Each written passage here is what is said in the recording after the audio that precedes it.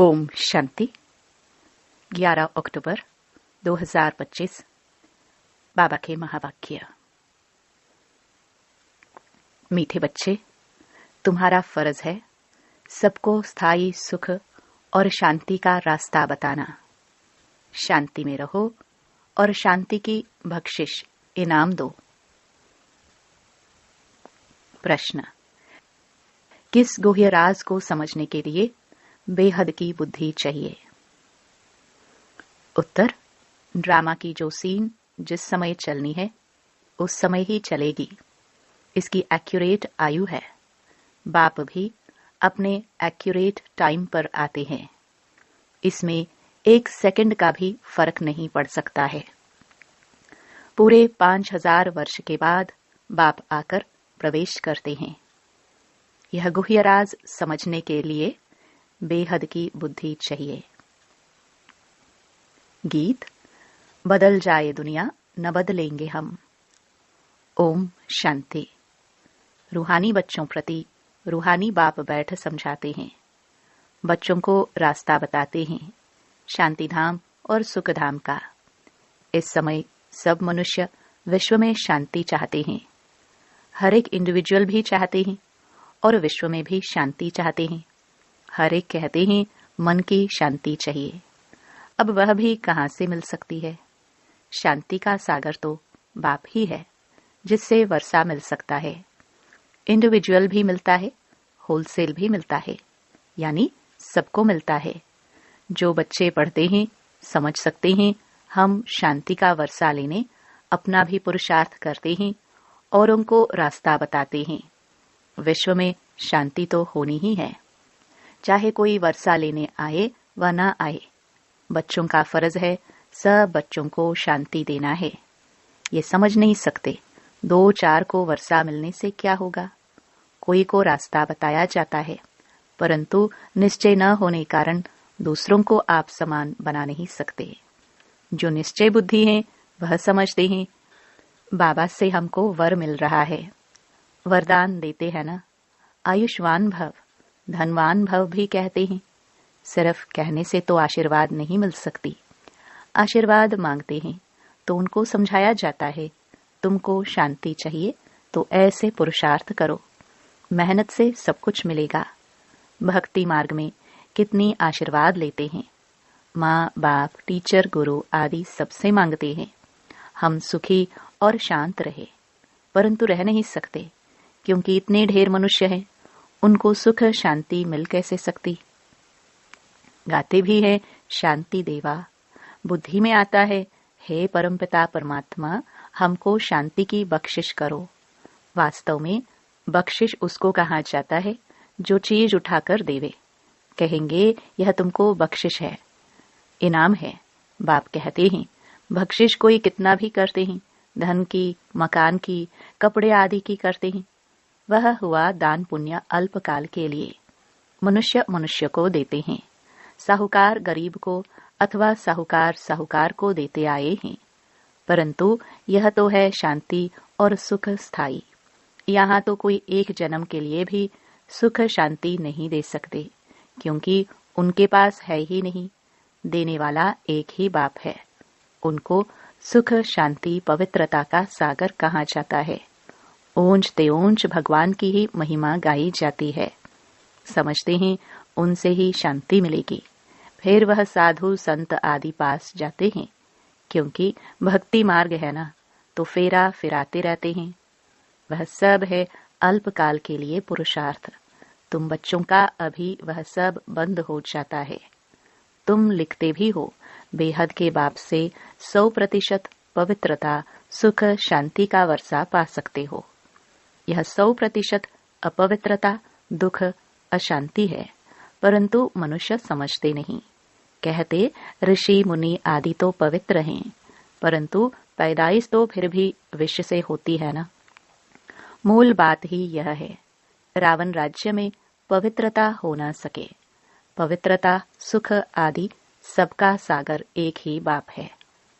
तुम जानते हो हमको शिव बाबा से 21 जन्म अर्थात आधा कल्प 2500 वर्ष के लिए वर्षा मिलता है। यह तो गारंटी है। आधा कल्प सुखधाम, आधा कल्प है दुखधाम। सृष्टि के 2 भाग हैं, एक नई एक पुरानी। परंतु नई कब पुरानी कब होती है यह भी जानते नहीं। झाड़ की आयु इतनी एक्यूरेट बता न सके। अभी बाप द्वारा तुम इस झाड़ को जानते हो। यह 5000 वर्ष का पुराना झाड़ है। इनकी एक्यूरेट आयु का तुमको पता है। और जो झाड़ होते हैं उनकी आयु का किसको पता नहीं होता है। अंदाज बता देते हैं। तूफान आया, झाड़ गिरा, आयु पूरी हो गई। मनुष्यों का भी अचानक मौत होता रहता है। इस बेहद के झाड़ की आयु पूरे 5000 वर्ष है। इसमें एक दिन न कम न जास्ती हो सकता है। यह बना बनाया झाड़ है, इसमें फर्क नहीं पड़ सकता। ड्रामा में जो सीन जिस समय चलनी है उस समय ही चलेगी। हूबहू रिपीट होना है। आयु भी एक्यूरेट है। बाप को भी नई दुनिया स्थापन करने आना है। एक्यूरेट टाइम पर आते हैं। 1 सेकंड का भी उसमें फर्क नहीं पड़ सकता। ये भी अब तुम्हारी बेहद की बुद्धि हुई। तुम ही समझ सकते हो। पूरे 5000 वर्ष के बाद बाप आकर प्रवेश करते हैं। इसलिए शिवरात्रि कहते हैं। कृष्ण के लिए जन्माष्टमी कहते हैं। शिव की जन्माष्टमी नहीं कहते, शिव की रात्रि कहते हैं। क्योंकि अगर जन्म हो तो फिर मौत भी हो। मनुष्यों का जन्मदिन कहेंगे, शिव के लिए हमेशा शिवरात्रि कहते हैं। दुनिया में इन बातों का कुछ भी पता नहीं। तुम समझते हो शिवरात्रि क्यों कहते हैं, जन्माष्टमी क्यों नहीं कहते। उनका जन्म दिव्य अलौकिक है, जो और कोई का हो नहीं सकता। यह कोई जानते नहीं। शिव बाबा कब कैसे आते हैं, शिवरात्रि का अर्थ क्या है, तुम ही जानते हो।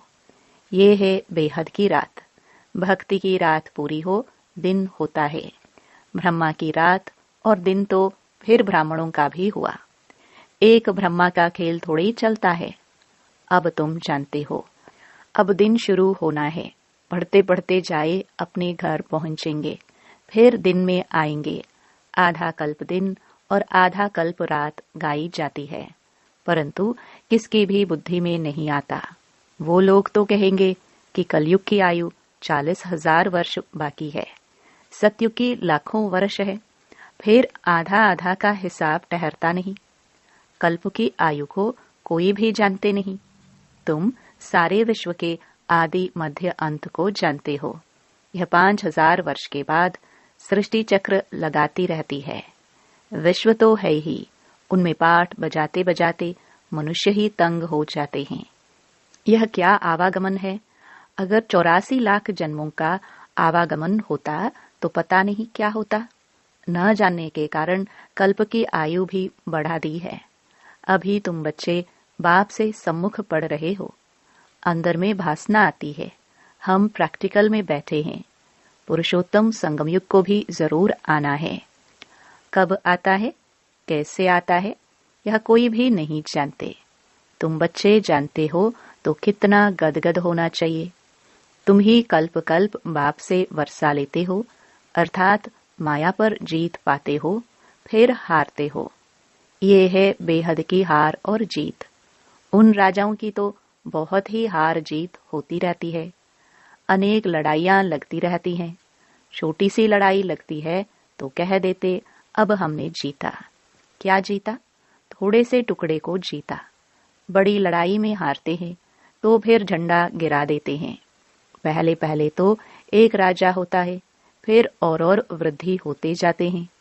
पहले पहले इन लक्ष्मी नारायण का राज्य था, फिर और राजाए आने शुरू हुए।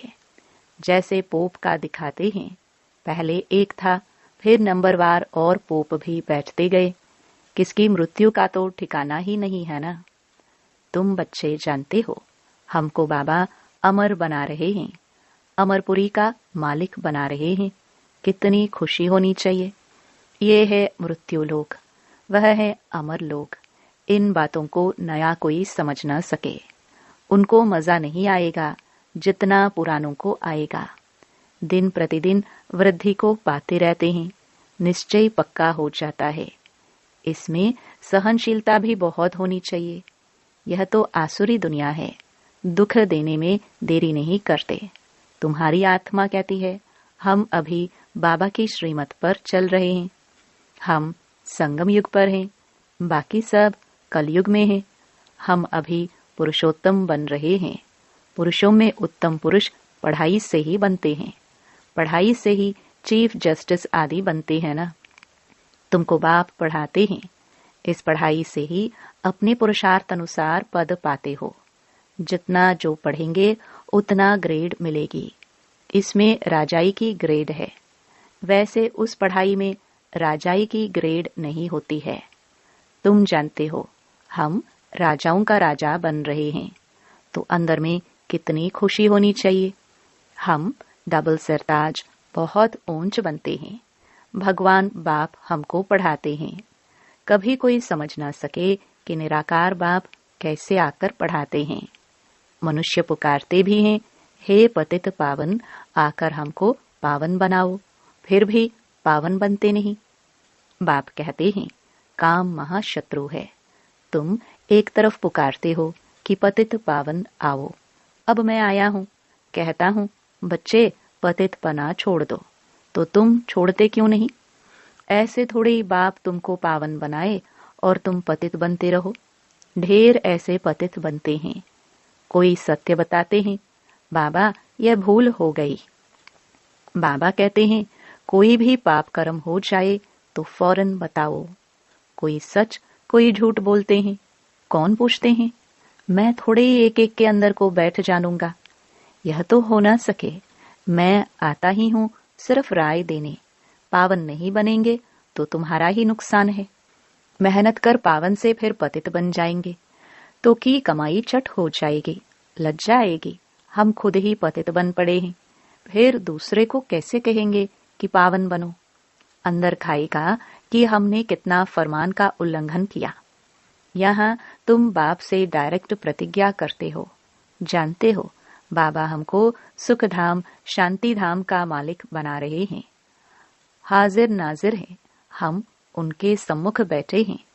इनमें पहले यह नॉलेज थोड़े ही था, न कोई गुरु ही था जिसने नॉलेज दी।